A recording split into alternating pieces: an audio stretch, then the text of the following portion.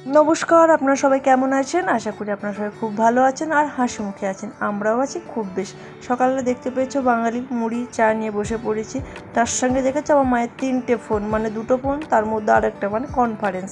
তো যাই হোক, ওই সবের মধ্যে দিয়ে তারপরে এই যে চলে এসেছি চাটা খাওয়ার পরে আমাদের চ্যাম্পুর সঙ্গে একটু আড্ডা মারতে। আড্ডা মানে দেখেছো তো, আড্ডাটা একটু লক্ষ্য করলেই দেখতে পাবে। ওই চেনটা যখন আমি হাতে নিচ্ছি তখন দৌড়চ্ছে, আর যেই আমি চেনটা ছেড়ে দেবো ঠিক দৌড়বে না, ওইখানে দাঁড়িয়ে থাকবে। একটু লক্ষ্য করলে দেখতে পাবে ওর কাণ্ড কারখানাটা। বাচ্চাটা এত পরিমাণে দুষ্টু। এই দেখো, এই দেখেছো? তো যাই হোক, তারপরে যে মা চলে এসছে পুজো করার জন্য চান ফান করে।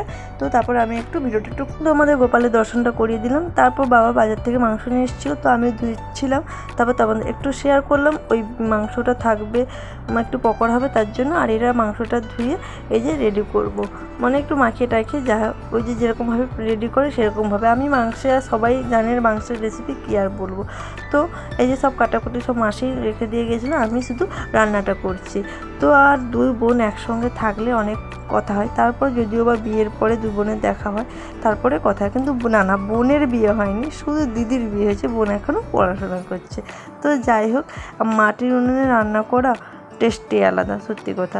আর আমার মাংসের তুলনা, রান্নার তুলনা মোটামুটি সবাই বলে ভালো, কেউ অন্ততপক্ষে কেউ খারাপ বলে না। আর আমি মাংসটা রান্না করলে একটু ঢাকনা দিয়ে রান্না করি। তো এরই মধ্যে বলে রাখি, ভিডিওটা যদি কোনো অসুবিধা হয়, মানে তোমাদের শুনতে কোথাও অসুবিধা হয় না, ভালো লাগলে অবশ্যই আমাকে কমেন্ট করবে, তাতে আমি আবার আরও ভালো করে তৈরি করার চেষ্টা করব। তো এরপরে মাংস কষানো রেডি হয়ে গেছে। আর মাংস কষা খাবো না, মাংস হলে তা হতেই পারে না, মাংস কষা মাস্ট। আর রঙটা দেখেছে দুর্দান্ত। তো আমি আর বোন এই যে লেগে পড়েছে খাওয়ার জন্য। আর এই যে আমাদের মাংস খাবো আর কত ধরনের যে গল্প করব তার নাই ঠিক।